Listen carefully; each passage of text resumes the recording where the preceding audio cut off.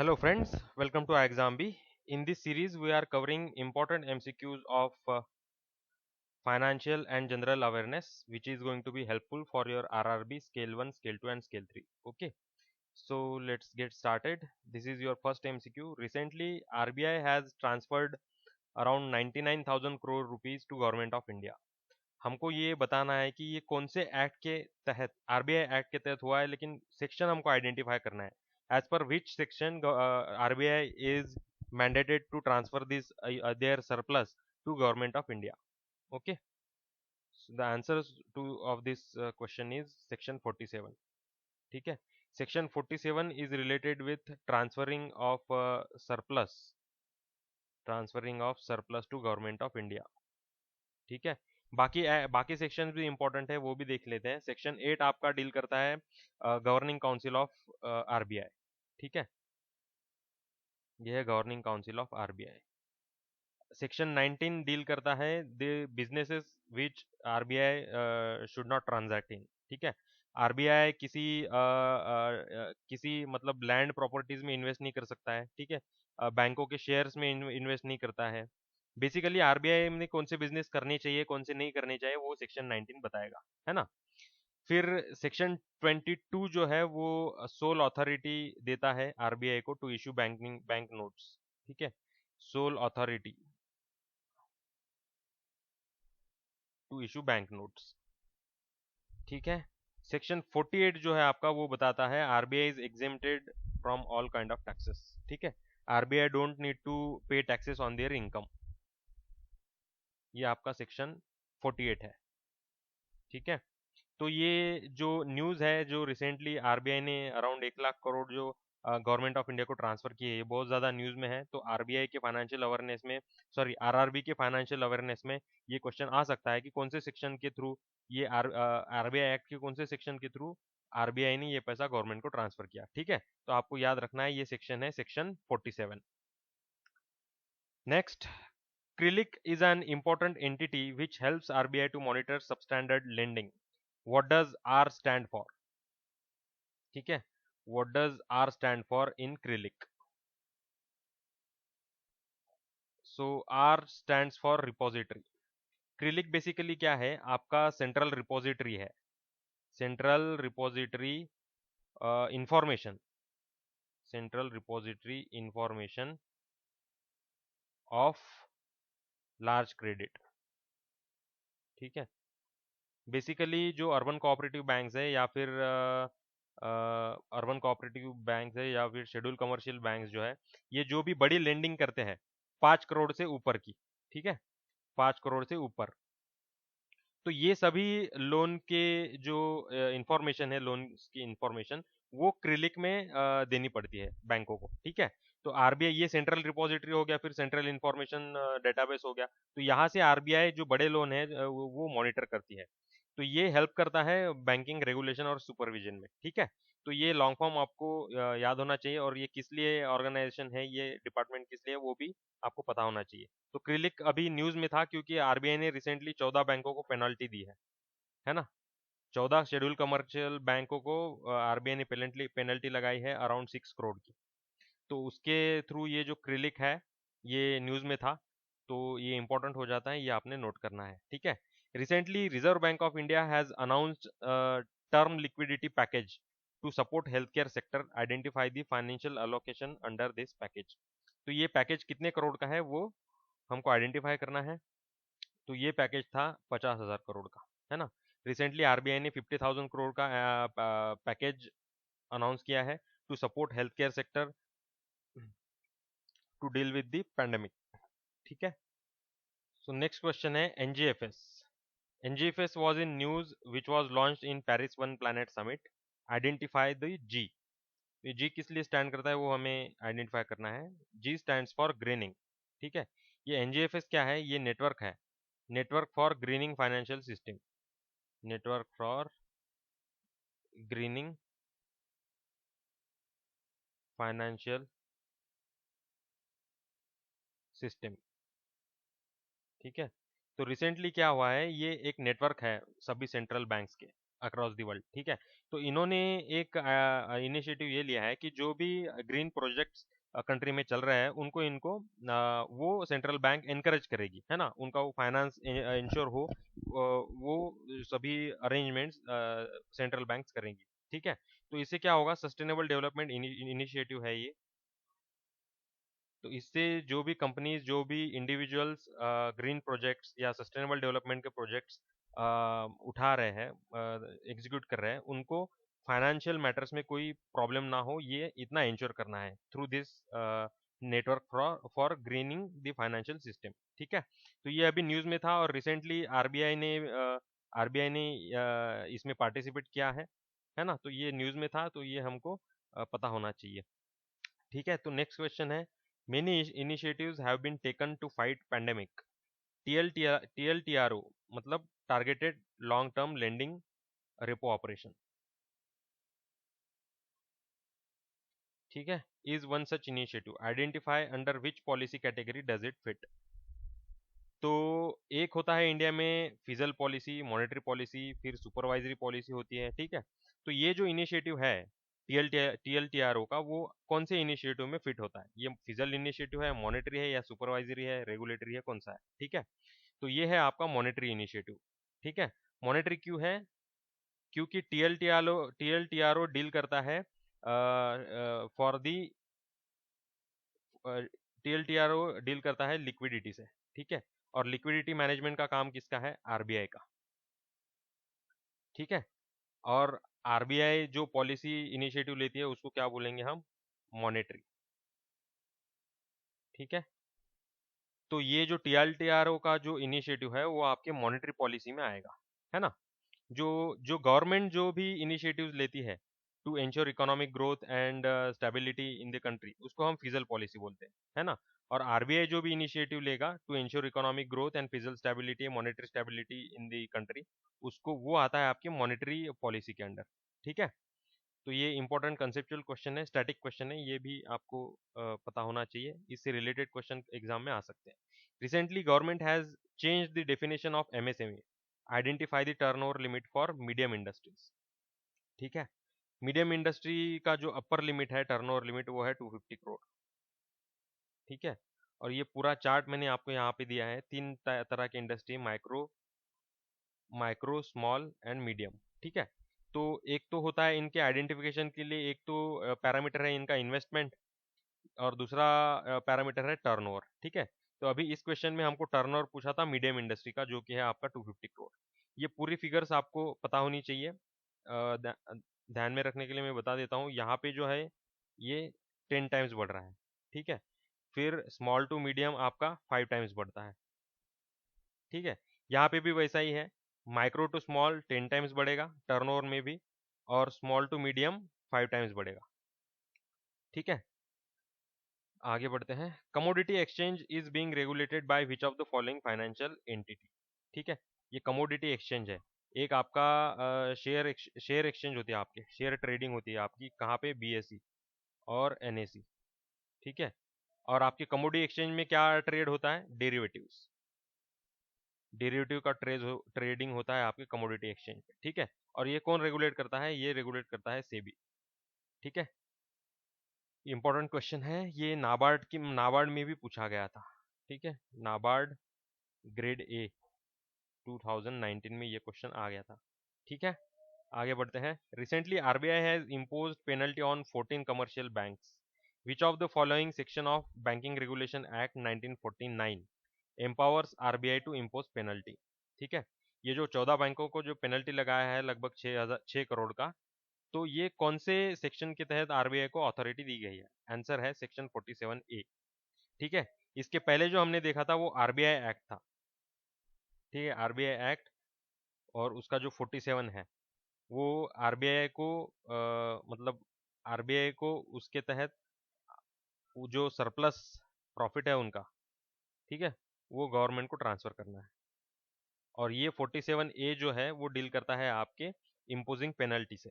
ठीक है, आगे बढ़ते हैं। Union budget 21-22 is aiming at raising funds through disinvestment in public sector undertakings. What is the corpus of government of India which is aiming at. ठीक है। Government of India का target कितना है डिसइन्वेस्टमेंट थ्रू फंड रेज करने का, तो वो है 1,75,000 करोड़। अभी गवर्नमेंट पैंडेमिक के चलते गवर्नमेंट का रेवेन्यू कम हो गया है, ठीक है, और जो एक्सपेंडिचर है वो बढ़ गया है, तो इसकी वजह से गवर्नमेंट को पैसा कम पड़ता है, तो गवर्नमेंट ने ये डिसइन्वेस्टमेंट करने का इनिशिएटिव लिया है पब्लिक सेक्टर अंडरटेकिंग में। पब्लिक सेक्टर अंडरटेकिंग क्या होता है, आपका RINL होता है, ठीक है, HPCL है, BPCL है, ये पब्लिक सेक्टर अंडरटेकिंग है, ठीक है। तो 1.75 लाख करोड़ इतना फंड रेज करने वाले हैं गवर्नमेंट ऑफ इंडिया, ठीक है, थ्रू डिसइन्वेस्टमेंट। आगे है, recently GST has touched the all time high revenue collection, identify amendment through through which GST was introduced. GST आए दिन न्यूज़ में रहता है। अभी जो GST का जो रेवेन्यू कलेक्शन है उसके रिगार्डिंग क्वेश्चंस PIB पे चलते रहते हैं, ठीक है। तो इस बार अभी मई में अराउंड 1.48 लाख करोड़ का कलेक्शन हुआ था, ठीक है। तो ये GST कौन से अमेंडमेंट के थ्रू आया है, तो वो आया है आपके 101 नंबर का कॉन्स्टिट्यूशनल अमेंडमेंट किया था 2017 में, उसके तहत आपका GST इंट्रोड्यूस हुआ है, ठीक है। तो GST बहुत ही इंपॉर्टेंट है, बहुत ज़्यादा न्यूज़ में रहता है, तो GST से रिलेटेड भी क्वेश्चन RRB में आ सकते हैं, इसलिए इससे रिलेटेड वेरियस एस्पेक्ट में हम कवर कर रहे हैं, ठीक है। तो GST से रिलेटेड ही ये क्वेश्चन है, GSTN पे। इसको बोलते हैं गुड्स सर्विस टैक्स नेटवर्क, ठीक है, is one of the crucial entity in the administration of GST। तो ये GSTN एक एंटिटी है, कॉर्पोरेट एंटिटी, तो इसका शेयर होल्डिंग पैटर्न आपको बताना है, ठीक है। इसका शेयर होल्डिंग पैटर्न है ये, गवर्नमेंट ऑफ इंडिया का 24.5 है, उतना ही स्टेट गवर्नमेंट का है, और बाकी 51% फाइनेंशियल एंटिटीज का है। ये फाइनेंशियल एंटिटीज कौन सी है, ICICI है, ठीक है, इसमें HDFC है, फिर इसमें LIC हाउसिंग भी है ना। तो ये फाइनेंशियल एंटिटीज है, तो ये 51% स्टेक इसमें होल्ड करती है। GST इनका काम है, GST से रिलेटेड जो भी टेक्निकल इश्यूज है, डाटा मैनेजमेंट का काम है, तो वो GSTN करती है, ठीक है। ये बनाया किसने, टेक्निकल सपोर्ट आपको दे रही है इन्फोसिस, ठीक है, टेक्निकल सर्विसेज आपको इन्फोसिस देगी GSTN से रिलेटेड, ठीक है। नेक्स्ट है, identify the chairman of GST council. GST council का चेयरमैन कौन है, ठीक है। अभी रिसेंटली GST काउंसिल की मीटिंग हुई थी, ठीक है। तो उसमें वो जो मीटिंग है वो किसने चेयर की थी, वो की थी आपके निर्मला सीतारमण। ये एक फाइनेंस मिनिस्टर जो होते हैं इंडिया के, वो एक्स ऑफिशियो चेयरमैन होते हैं GST काउंसिल। मतलब आज निर्मला जी है, कल अगर कोई और अगर फाइनेंस मिनिस्टर होगा तो वो GST काउंसिल के चेयरमैन होंगे, ठीक है। Next question, recently labour ministry has notified the limit up to which EPFO can invest in venture capital fund, ठीक है। EPFO मतलब आपका जो प्रोविडेंट फंड थ्रू पैसा कटता है, ठीक है, लगभग 12%, तो ये पैसा कहाँ पे डिपॉजिट होगा, EPFO में। इसका जो भी मैनेजमेंट है इन पैसों का, वो कौन करता है, आपका EPFO, ठीक है। तो EPFO का पास बहुत सारा पैसा आ गया, वो पैसा आइडियल नहीं रख सकते, आइडल रखा तो वो पैसा इन्फ्लेशन के थ्रू कम हो जाएगा, ठीक है। तो ये इन्वेस्ट करके रखते हैं, इन्वेस्ट किस में करेंगे, इक्विटी में करेंगे, है ना, फिर डेट में करेंगे, गवर्नमेंट सिक्योरिटीज में करेंगे, तो ऐसे इनका इनकम होता है। तो अभी लेबर मिनिस्ट्री ने एक गाइडलाइन इशू की है कि EPFO मैक्सिमम 5% से ज्यादा वेंचर कैपिटल फंड में इन्वेस्ट नहीं कर सकती, ठीक है। वेंचर कैपिटल फंड मतलब नए एंटरप्रेनर जो बिजनेस निकालते हैं, ठीक है, स्टार्टअप्स, तो उनको फंडिंग की जरूरत होती है, तो नए स्टार्टअप्स को जो फंड करते हैं उनको बोलते हैं वेंचर कैपिटल फंड। ये नए वेंचर्स बोलते हैं इसको, न्यू वेंचर्स स्टार्टअप्स का दूसरा नाम है। तो इसकी वजह से इसको जो फंड करते हैं उसको बोलते हैं वेंचर कैपिटल फंड, और इसका मैक्सिमम लिमिट कितना होना चाहिए, 5%, ठीक है। नेक्स्ट है NSDL। NSDL पे लास्ट ईयर भी RRB में क्वेश्चन आ गया था, ठीक है। NSDL is playing crucial role in administrating dematerialised share regime, ठीक है। What does S stand for in NSDL, ठीक है। तो NSDL का मतलब है आपका securities, national securities depository limited. आप जो भी सिक्योरिटीज आप जो भी शेयर्स खरीदते हैं उसका एडमिनिस्ट्रेशन जो करते हैं NSDL। आपको डिमैट अकाउंट खरीदते टाइम भी NSDL पे लॉगिन करना पड़ता है, NSDL के पास आपके डॉक्यूमेंट जाते हैं, ठीक है। तो ये रोल होता है NSDL का। नेक्स्ट है, priority watch list was in news recently. Identify the organisation to which it belongs. ठीक है, ये प्रायोरिटी वॉच लिस्ट कौन सी ग्लोबल ऑर्गेनाइजेशन इशू करती है? तो ये इशू करती है यूनाइटेड स्टेट्स ट्रेड रिप्रेजेंटेटिव। ठीक है, यूएसटीआर का लॉन्ग फॉर्म है यूनाइटेड स्टेट्स ट्रेड रिप्रेजेंटेटिव, है ना। तो ये रिलेटेड है आपके इंटेलेक्चुअल प्रॉपर्टी के साथ। इंटेलेक्चुअल प्रॉपर्टी, इसको आईपीआर भी बोलते हैं हम। ठीक है, तो बहुत सारी कंट्रीज जो है वो इंटेलेक्चुअल प्रॉपर्टी का जो रेगुलेशंस है वो फॉलो नहीं करते हैं, है ना। तो इसकी वजह से ये जो यूनाइटेड स्टेट्स की ये बॉडी है, ये एक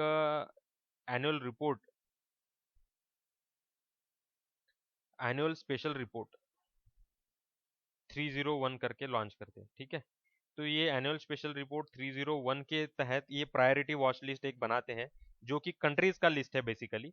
बेसिकली वो कंट्रीज जो आईपीआर के जो रूल्स और रेगुलेशन फॉलो नहीं करते हैं उनके प्रोटेक्शन के लिए। ठीक है, तो ये बेसिक फंडा है यूएसटीआर का और प्रायोरिटी वॉच लिस्ट का। ठीक है, तो ये सभी चीज़ें न्यूज़ में थी, ये आपको नोट डाउन करनी है। ठीक है, यहाँ पे G20 देख रहे हैं, G20 का जो 2023 का जो समिट है वो इंडिया में होने वाला है।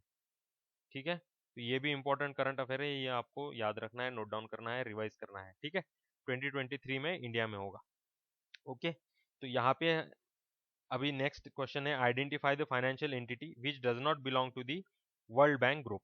ठीक है, इन चारों एंटिटी में से वर्ल्ड बैंक ग्रुप का कौन सा एंटिटी पार्ट नहीं है वो बोलना है, वो बताना है। तो इसका आंसर है ऑल ऑफ द अबव। ठीक है, वर्ल्ड बैंक ग्रुप में टोटल 5 फाइनेंशियल एंटिटीज है, तो 4 तो मैंने यहाँ पे लिख दी है, 5वां कौन सा है वो आपको कमेंट सेक्शन में लिखना है। ठीक है, फिफ्थ ग्रुप जो है वर्ल्ड बैंक ग्रुप में जो फिफ्थ एंटिटी है फाइनेंशियल एंटिटी, वो आपको कमेंट सेक्शन में लिखना है। ठीक है, नेक्स्ट है global electrical vehicle outlook was release by. जैसे हमको पता है अभी पेट्रोल के प्राइस अराउंड 109 तक पहुंच गए हैं। ठीक है, तो अभी रिन्यूएबल एनर्जी जनरेशन पे भी बहुत ज़्यादा फोकस है गवर्नमेंट का, है ना। तो अभी एकदम परफेक्ट टाइम है इलेक्ट्रिकल व्हीकल इंट्रोड्यूस करने के लिए। तो ये ग्लोबल इलेक्ट्रिकल व्हीकल का एक आउटलुक इन्होंने लॉन्च किया है। ये किसने लॉन्च किया है ये हमको बताना है। ये लॉन्च किया है आपके इंटरनेशनल एनर्जी एजेंसी ने। ठीक है, इंटरनेशनल एनर्जी एजेंसी, इसका हेडक्वार्टर है आपका पेरिस में। ठीक है, वर्ल्ड इकोनॉमिक फोरम का हेडक्वार्टर है आपका कोलोगनी, ये है आपका स्विट्जरलैंड। और ये दोनों तो आपको पता ही होगा वॉशिंगटन डीसी में है। ठीक है, तो global electric outlook vehicle outlook जो है इंटरनेशनल एनर्जी ने रिलीज किया है। वर्ल्ड इकोनॉमिक फोरम जो है नहीं, आईएमएफ रिलीज करता है ग्लोबल इकोनॉमिक आउटलुक। ठीक है,